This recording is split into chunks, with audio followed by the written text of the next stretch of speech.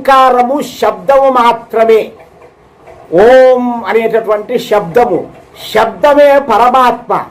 ఆ శబ్దమును ధ్యానించవలను, రూపము ఆకారము చూడవలననినా వాళ్ళు కల్పించినటువంటి ఆ యొక్క మూర్తులు ఆనాడు ఉండేటటువంటి దేవతల మూర్తులను చేసి పెట్టారు. కాబట్టి మనము వారినే దేవతలు, వాళ్ళకే కొలవడము, వాళ్ళే మనకు కావలసినవి ఇస్తారు అనుకుంటున్నాము.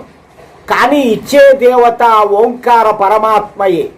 అటువంటి పరమాత్మని అందరూ ఉపాసించవలనని, ఆ పరమాత్మ చేయబడినటువంటి యజ్ఞములు మనమందరము కూడా పూజగా యజ్ఞములే చేయవలనని మనకు వేదాలు చెబుతున్నాయి. ఆ వేదాలన్నీ కూడా ఓంకారము నుండి వెలువడినాయి.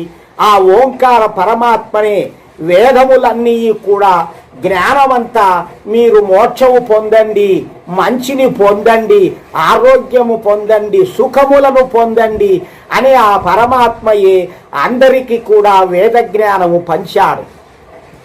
మధ్యలో వచ్చినటువంటి కొంతమంది దూర్తులు ఇవి ఈ సర్వమానవులకు తగవు, శూద్రులకు కానీ స్త్రీలకు కానీ వేదాలు చదవకూడదు అని చెప్పారు. మూర్ఖులు.